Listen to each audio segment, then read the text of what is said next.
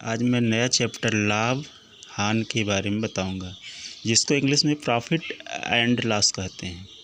Profit लाभ है और लॉस हानि है।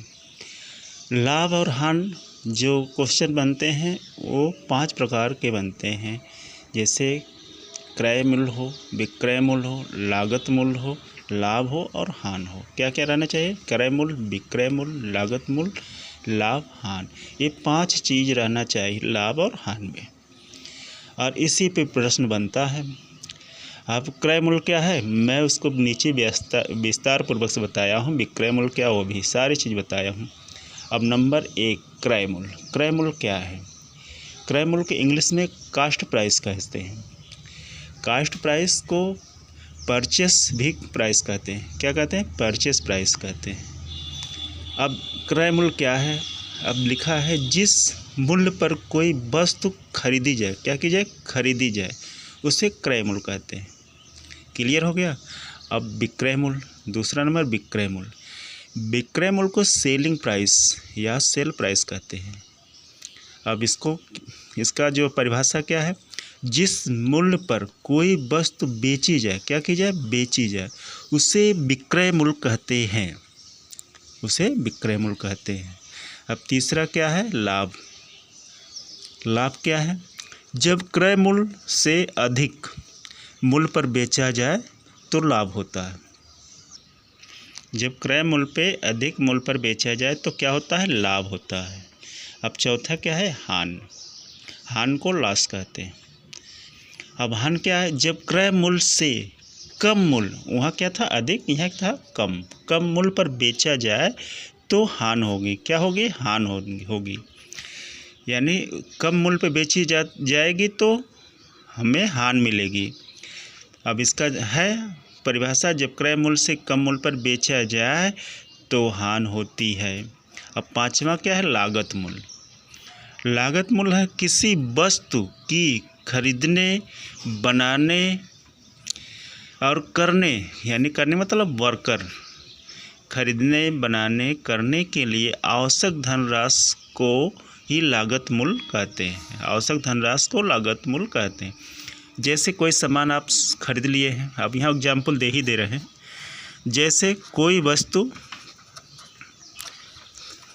का क्रय मूल्य, क्रय मूल्य कितना है?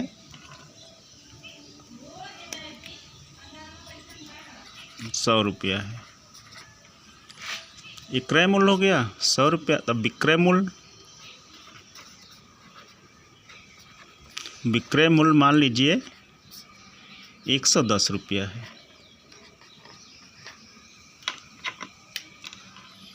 तब लाभ क्या हो जाएगा? लाभ बराबर विक्रय मूल्य ऋण क्रय मूल्य। ये फार्मूला भी है, इसलिए लाभ बराबर विक्रय मूल्य कितना है? 110 रुपया, और क्रय मूल्य 100 रुपया, बराबर कितना आ जाएगा? 10 रुपया। ये लाभ हो गया। मान लिया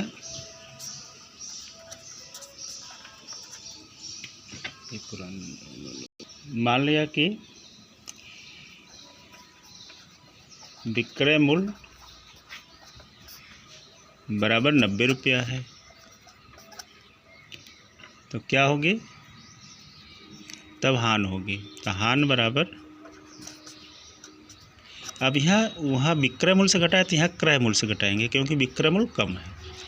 विक्रय मूल्य ऋण क्रय मूल्य ऋण विक्रय मूल्य,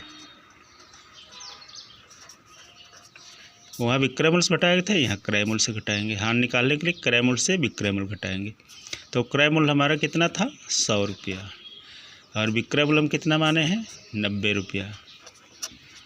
तो बराबर कितना आ जाएगा? 10 रुपया।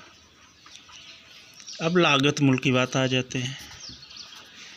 लागत मूल्य, अब वहाँ हमने अब लागत मूल्य जो है क्रय मूल्य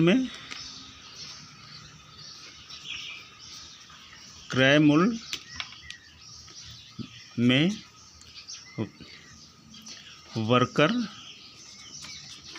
वर्कर का या अन्य खर्च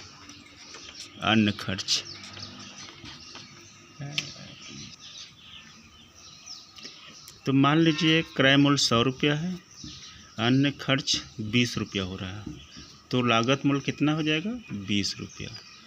अब ये 20 रुपया पे ही सामान को बेचेंगे तो विक्रय मूल्य कितना होगा 120 रुपया पे ही सामान को बेचेंगे तो विक्रय मूल्य 120 पर ही निर्धारित होगा। यही है इसका परिभाषा, आगे उदाहरण देंगे। धन्यवाद।